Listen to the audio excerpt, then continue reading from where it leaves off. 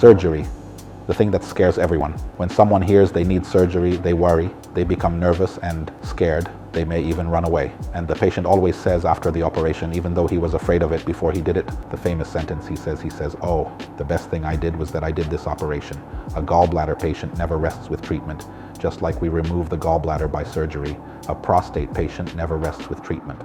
Except when we remove the prostate by surgery, a coronary patient never feels comfortable with his life naturally, except when he gets a stent in the coronary artery.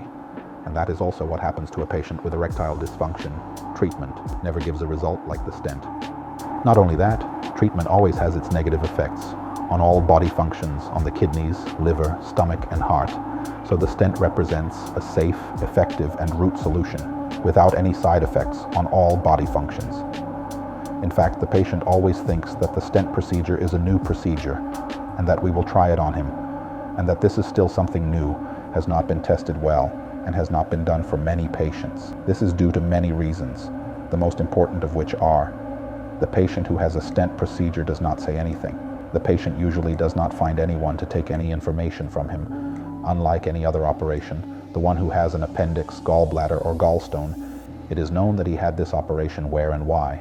But usually a stent patient comes alone in complete secrecy, and he has the operation and walks away.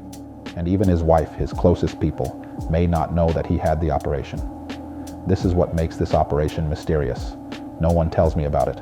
I can't find anyone around me who has it to ask. And the answer is always, when we tell him you need a stent procedure, he thinks it's something new and a modern treatment method. But the reality is different. This stent has been around since the 1940s. During World War II, the first stent procedure was performed in 1952, I think. We are talking about more than 70 years. However, people still think that this is a new treatment method.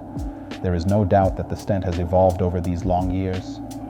In terms of the shape of the stent, or the way it is made, the materials used in it, methods of protection from it, there has been a great development in stents over these long years, and the truth is still evolving.